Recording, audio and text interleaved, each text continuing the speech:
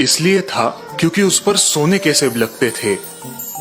राजा का एक वफादार माली हर रोज उन सेबों को गिनता था और राजा को बताता था। लेकिन अचानक एक दिन एक सेब चोरी हो गया। माली से ये वार्ता सुनकर राजा क्रोधित हो गया। चोर को हम जरूर सजा देंगे। उस रात माली ने अपने बड़े बेटे को सेब की रखवाली करने के लिए रखा, लेकिन बीच रात में ही वो सो गया। दूसरे दिन सुबह फिर से एक सेब कम था। आज मैं अपने दूसरे बेटे को सुरक्षा के लिए रखूंगा। ठीक है। रात हो गई और माली का दूसरा लड़का भी सो गया। अगले दिन फिर से एक सेब कम था। अब माली के तीसरे और सबसे छोटे बेटे ने पहरेदारी की जिम्मेदारी ली। रात हो गई और माली का तीसरा बेटा अपने काम में लग गया। आओ सेब चोरो, अब आके दिखाओ। कुछ देर बाद जब रात थोड़ी गहरी हुई, अचानक कुछ पत्तों की आवाज आने लगी। छोटे बेटे ने देखा कि एक सोने का पंछी सेब तोड़ रहा है। उसने बिना वक्त गवाए तुरंत निशाना लगाया और तीर चलाया, लेकिन उससे पंछी को कोई नुकसान नहीं हुआ। वो पंछी उड़ गया और उसकी पूंछ से एक सोने का पर गिरा। सोने का पर सुबह राजा के सामने पेश किया गया और सभी मंत्रियों को राज दरबार में बुलाया गया। सभी मंत्री उस सुनहरे पर को देखकर चकित हो गए। इस एक पंख से मेरा क्या होगा? मुझे तो पूरा पंछी चाहिए। मेरे दरबार में ऐसा बहादुर कौन है जो मेरे सामने पंछी को पेश करे? माली का बड़ा बेटा आगे आया और उसने इसकी जिम्मेदारी उठाई। शाबाश। माली का बड़ा बेटा जंगल की ओर उस सोने के पंछी की तलाश में चल पड़ा। वो जंगल के रास्ते गुजर ही रहा था कि तभी उसने बीच रास्ते में एक लोमड़ी को देखा। उसे देखकर लड़के ने अपने तीर से उस पर निशाना लगाया। कृपा करके मुझे मत मारो, मैं तुम्हारे काम आ सकती हूँ। तुम उस सोने के पंछी की तलाश में निकले हो ना? हाँ। मेरी बात ध्यान से सुनो। तुम यहाँ से सीधे चलते चलते शाम तक एक गांव में पहुँचोगे, जहाँ तुम्हें एक बहुत बड़ी और खूबसूरत हवेली दिखाई पड़ेगी और उसके ठीक सामने एक झोपड़ी दिखाई देगी। तुम रात को ठहरने के लिए उस झोपड़ी को चुनना।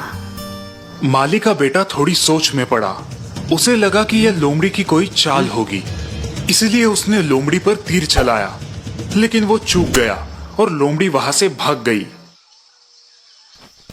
माली का बेटा अपने रास्ते चल पड़ा। आगे जाकर उसे एक महल और झोपड़ी दिखाई दी जो बिल्कुल उस लोमड़ी ने कही वैसी ही थी।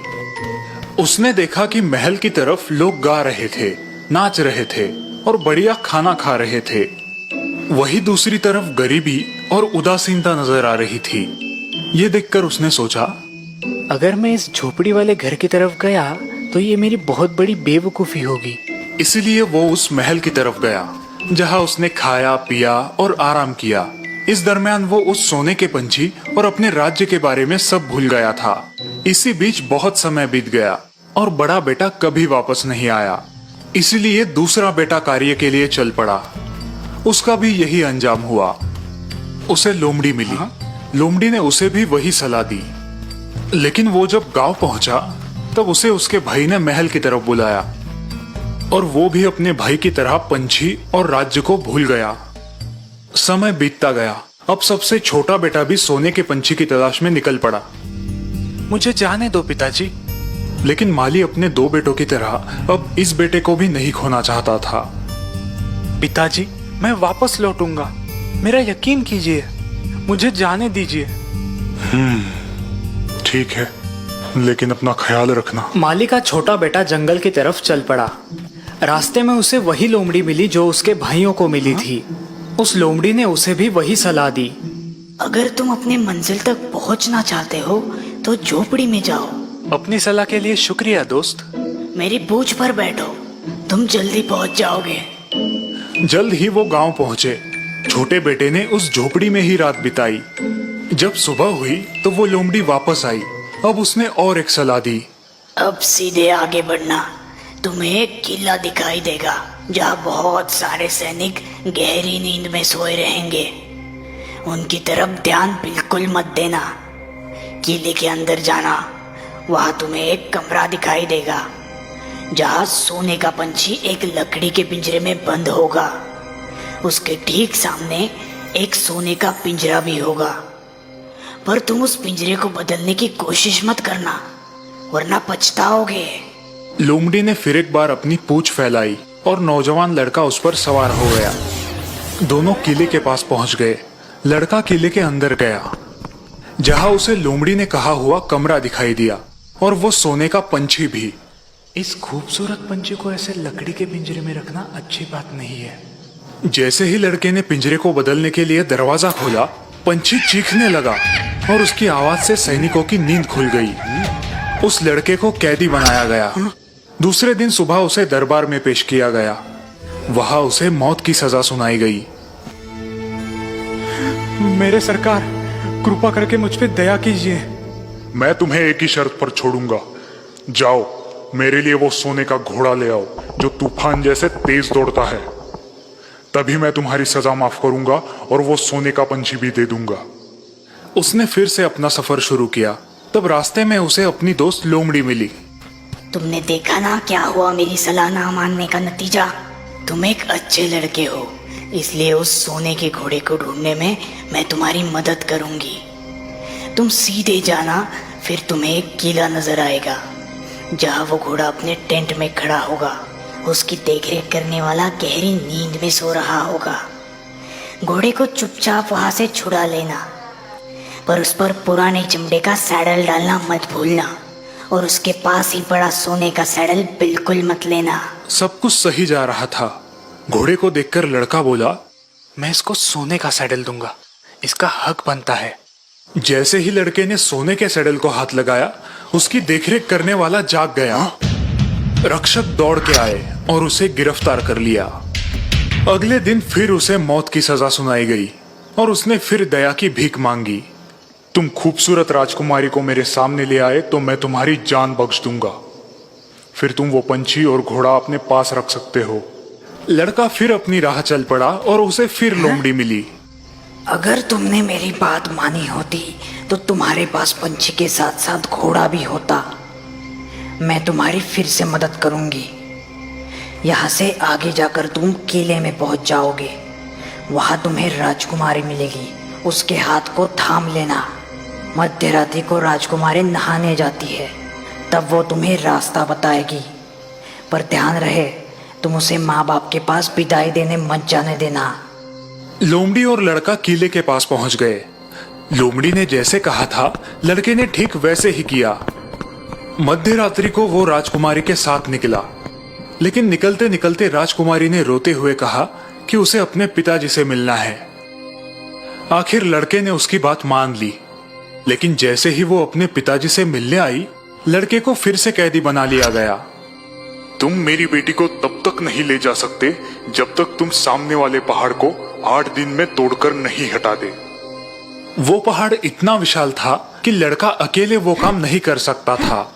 7 दिन होने के बाद भी वो पहाड़ का कुछ ही हिस्सा तोड़ पाया। निराश होकर वो वहां पर बैठा ही था कि तभी अचानक उसकी दोस्त लोमड़ी वहां पर आ गई। तुम सो जाओ, मैं ये तुम्हारा काम कर देती हूँ। और सुबह होते ही पहाड़ गायब था। राजा ने खुशी खुशी उसे अपनी बेटी सौंप दी। नौजवान और राजकुमारी वहां से चल पड़े। रास्ते में उनकी मुलाकात फिर से उसी लोमड़ी से हुई। अब तुम तीनों को ले जा सकते हो, राजकुमारी, घोड़ा और पंछी भी। सच? पर कैसे? ध्यान से सुनो। तुम राजा के पास जाओ और उसे राजकुमारी दे दो, वो बहुत खुश होगा। फिर तुम घोड़े पर सवार होना और उनसे विदा लेना।